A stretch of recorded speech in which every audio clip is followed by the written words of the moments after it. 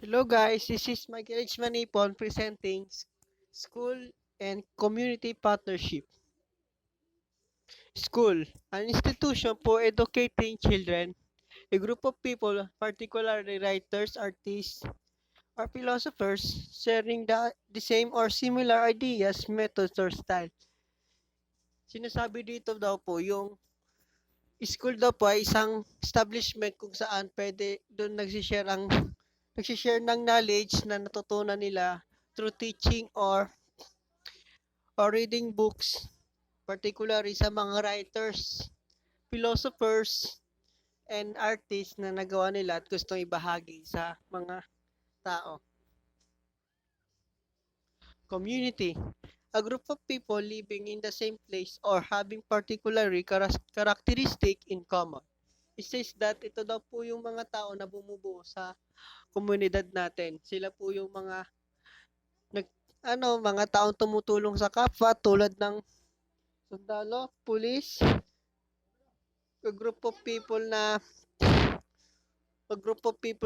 naglilinis ng environment or etc.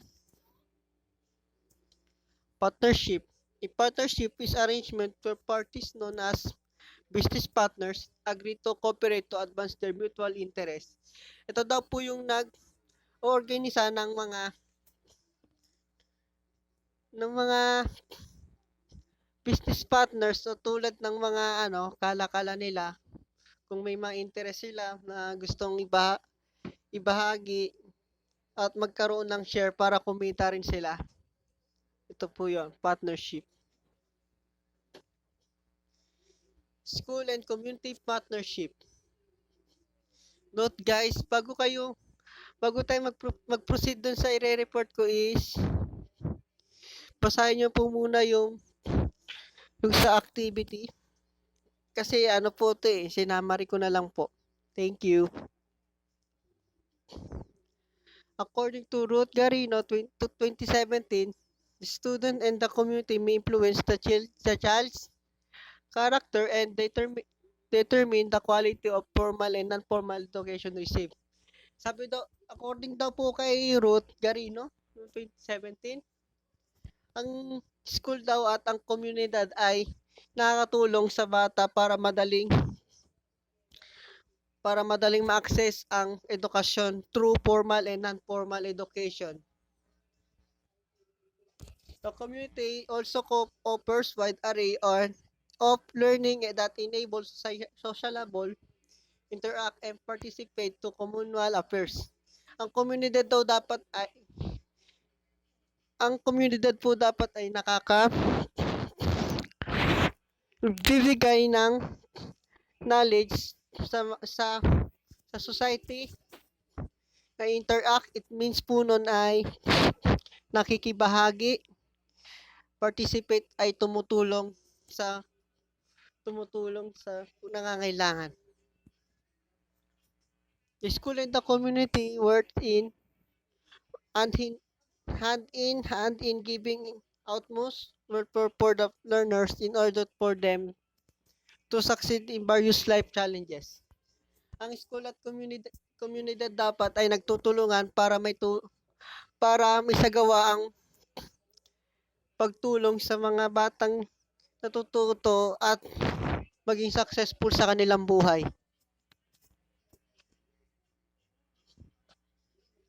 One of the similarities of school and community is nurturing aspect. Nurturing aspect, child to be upright, responsible, and caring citizen is a task for doing for. It says that ito daw po yung pagkakapareho ng school and community. Pag sinabing nurturing, sila po yung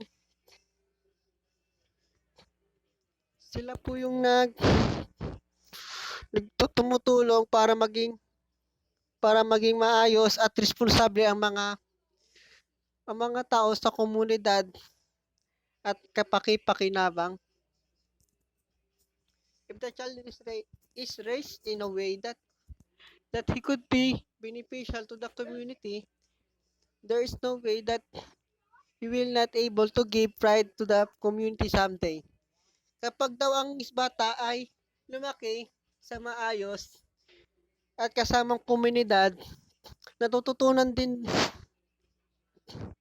natututunan din ng bata bigyan ng pride para sa pinagmulan niya at makatulong sa hinaharap. Although learning opportunities given to him is gearing toward develop of his inmate and hidden potential that could be advanced in his part. Sinasabi naman po dito yung natutunan ay binabahagi sa iba para ma-develop din niya at makatulong sa iba at magkaroon ng potential para maging advance or magkaroon ng alam sa iba, magkaroon ng alam sa iba.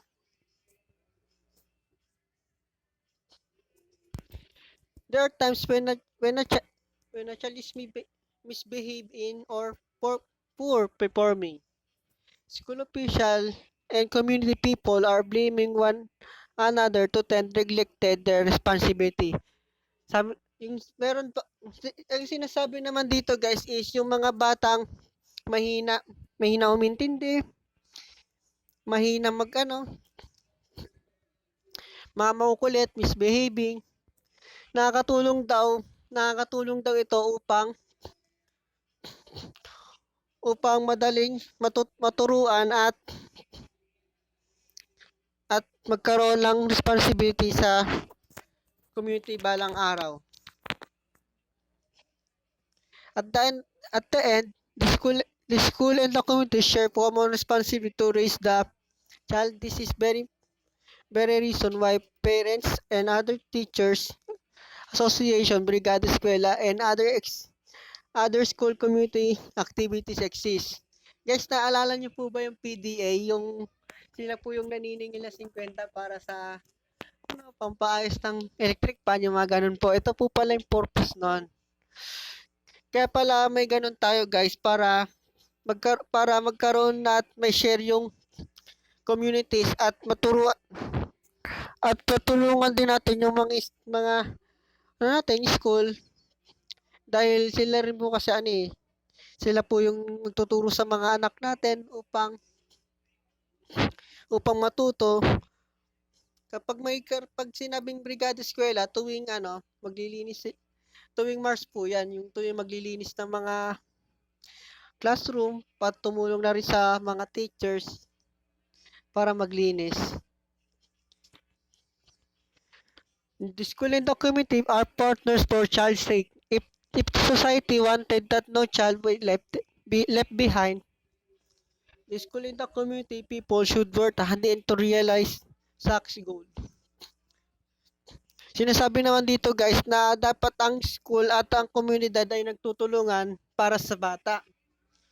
Kung paano naman kung ang bata ay hindi natuto, walang komunidad na tatanggap sa kanila kaya dapat nagtutulungan ang bawat tao upang makapag-aral ang mga bata at magkaroon ng goal sa buhay. That's all. Thank you.